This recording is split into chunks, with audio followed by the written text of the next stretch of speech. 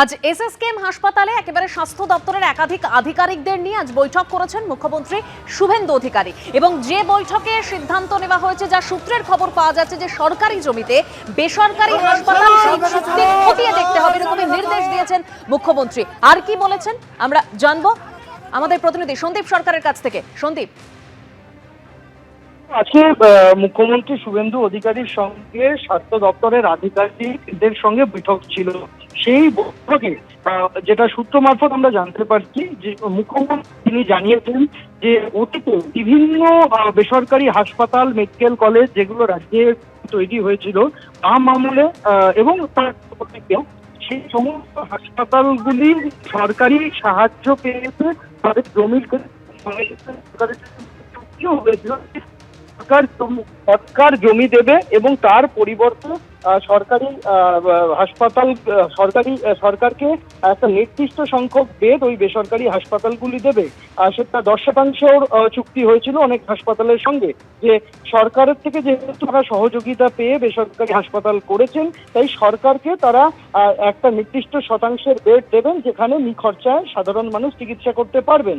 কিন্তু দিনের পর দিন দেখা গিয়েছে যে এ বিষয়টা কেউ আমল দেননি, ফলে এই সরকারের সঙ্গে অতীতে যে চুক্তি হয়েছিল সেই চুক্তি আজকে আর কেউ খেয়াল রাখেন না, কেউ নজর রাখেন না, এমনটাই এই বৈঠকে উঠে আসে আলোচনার মধ্যে।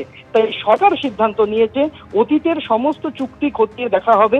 যে সমস্ত বেসরকারি হাসপাতাল রাজ্য সরকারের থেকে সহযোগিতা পেয়েছিল হাসপাতাল তৈরির সময় এবং তাদের সঙ্গে যে চুক্তি হয়েছিল সরকারের, সেই চুক্তিগুলো সরকার আবার খতিয়ে দেখবে এবং সরকার নিজের যে প্রাপ্য বেড বেসরকারি হাসপাতালগুলির থেকে সেই প্রাপ্য বেড সরকার এবার বুঝে নেবে।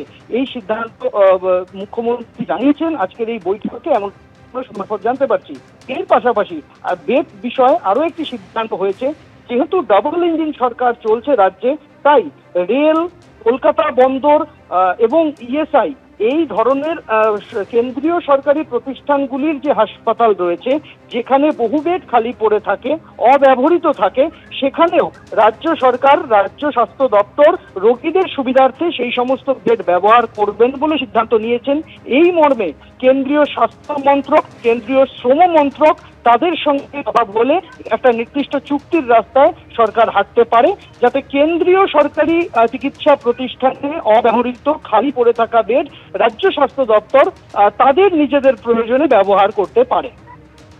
ধন্যবাদ সন্দীপ।